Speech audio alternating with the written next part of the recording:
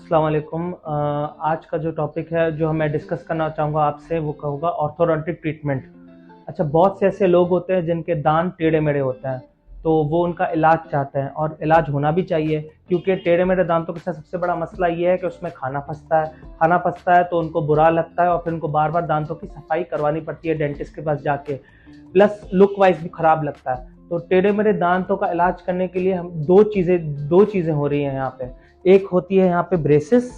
Braces जो है so metal की जो वायर्स होती हैं उसके थ्रू होता है।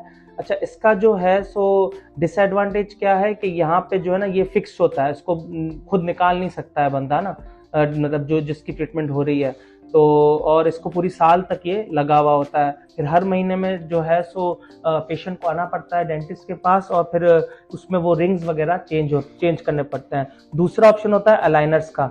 इसका नुकसान क्या है, ये थोड़ा महंगा है, पर इसका फायदा क्या है, ये रिमूवेबल है, यानी निकाल भी सकते हैं, इसको लगा भी सकते हैं और लुक वाइज भी बड़ा अच्छा लगता है क्योंकि व्हाइट कलर का है, वो ब्लैक कलर का है। तो दोनों किस्म की ट्रीटमेंट हमारे यहाँ असलम डेंटल क्लिनिक पे हो रही है, ब्रेसेस और अलाइनर्स।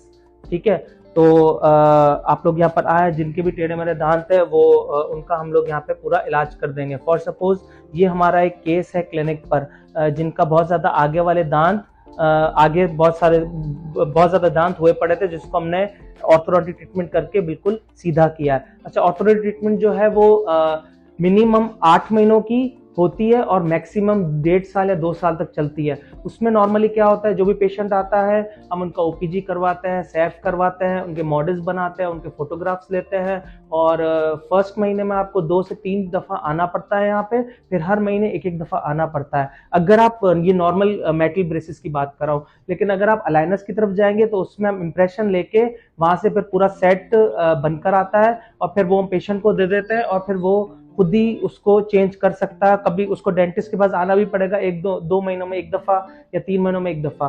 तो दोनों के अपने फ़ायदे, दोनों के अपने नुकसानात हैं। तो ये दोनों ट्रीटमेंट यहाँ पर हो रही है। इंशाल्लाह ताला आप लोग आएँ और विजिट करें for consultation and you all will be satisfied. Thank you.